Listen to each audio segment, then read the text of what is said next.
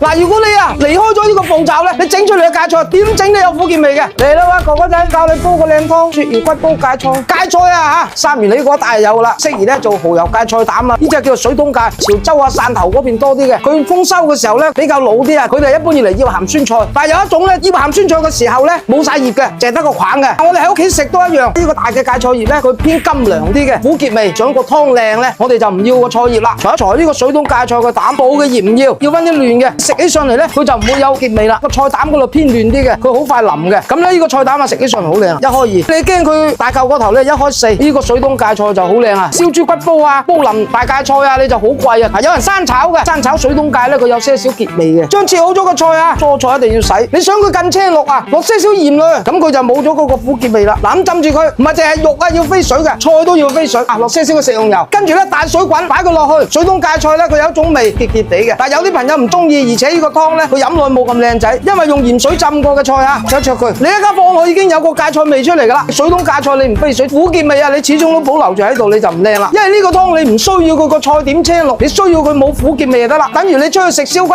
煲淋大芥菜啊，咩菜一樣原理嘅。煲淋啊，大佬，稍微滾一滾你就撈起佢啦，唔好俾佢曬熟啊。我哋叫過冷河啦，就咁浸住佢得啦，唔使理佢啦。瘦肉片切好咗之後咧，落些少嘅生粉落去，落些少嘅鹽。咁如果你唔想落鹽咧，你就直情落生抽就得啦，攞埋色佢就係啦。因為咧鹽咧你落得多咧，揦死咗啲肉，冇咁滑嘅，佢就得個索水嘅啫。嗱，你好似咁多水，你撩下撩下佢冇咗嘅，一定要佢水分多，因為呢個係滾湯嚟嘅。如果你肉片炒咧，你就唔能夠水分咁多啦。好似呢啲肉片醃法咧，可以要嚟做拉腸啦、滾湯啦、綠粥啦。佢一受熱，嗰個生粉裹住嗰件肉，咁佢就唔會出水，佢仲會係嫩滑嘅。咁如果你想佢香啲滑啲，再加翻些少嘅花生油，咁就再撈佢，我哋即係油封底啦。醃出嚟之後咧，有得10零20分鐘佢開始嫩滑，甚至你可以今晚醃聽日用嘅。個鱈魚骨咧，你係斬成一格格啊，大概一節節佢，因為佢每一格都有骨，咁佢更容易出味啊。咁如果你煲老火湯就唔使斬開佢啦，成條得啦。嗱，鱈魚啊係好靚嘅海鮮就係人都知噶啦，但係咧佢個鱈魚骨啊就真係寶嚟嘅，佢每條啊都係手關咁粗嘅。嗱，呢啲咁嘅鱈魚骨咧證明夠靚啦。嗱，佢起咗肉之後咧係生晒嘅，所以咧佢冇腥味嘅，只有海鮮嘅鮮味。求其撕出嚟咬下佢都甘香嘅。由於咧佢曬得夠乾，所以咧就好輕稱嘅。用嚟煲湯咧一煲啊佢就快啦。但係咧千祈唔好亂咁揀啊！有種咧又有幼嘅，又有黑毛嘅，甚至你聞落去咧好腥嘅，嗰啲可能係攞草魚骨嚟鬆嘅，咁你又唔好諗佢啦。嗱，好多人都唔知嘅，一條鱈魚